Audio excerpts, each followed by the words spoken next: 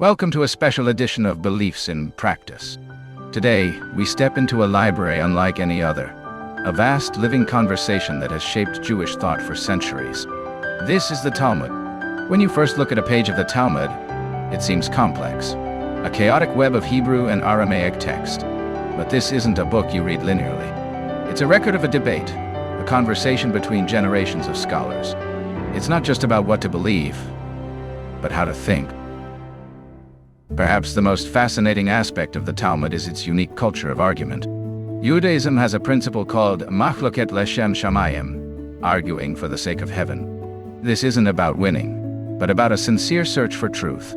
The Talmud is filled with debates where multiple opinions are recorded, even if only one is followed in practice. The message is clear. The process of asking questions and engaging in respectful debate is just as holy as the final answer itself. One famous story, the oven of Aknai, perfectly illustrates this. After a long debate, one rabbi was still outnumbered. To prove his point, he called upon a miracle. A heavenly voice boomed from the sky, declaring he was right. But another rabbi stood up and said, "The Torah is not in heaven," meaning once God gave us the law, it was up to humanity to interpret it through reason and debate, not divine intervention. In the end, the human rabbi's decision was the one that stood.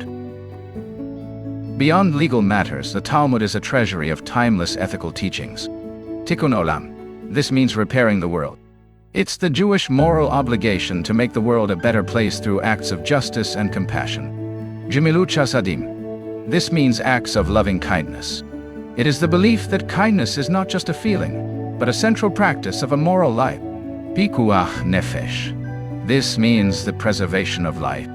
It's a foundational principle that holds the saving of a human life, takes precedence over nearly all other religious laws. The Talmud is also a collection of inspiring stories. The sage Rabbi Akiva did not begin his studies until he was 40.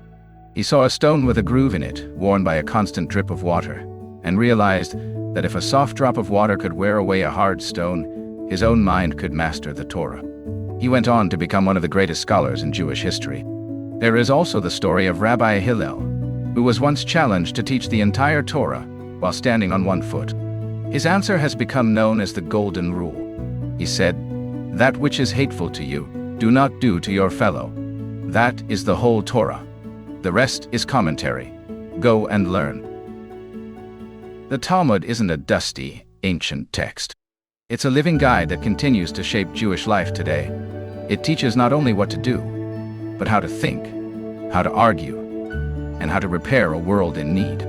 This is just another fascinating thread in the Grand Tapestry of Belief.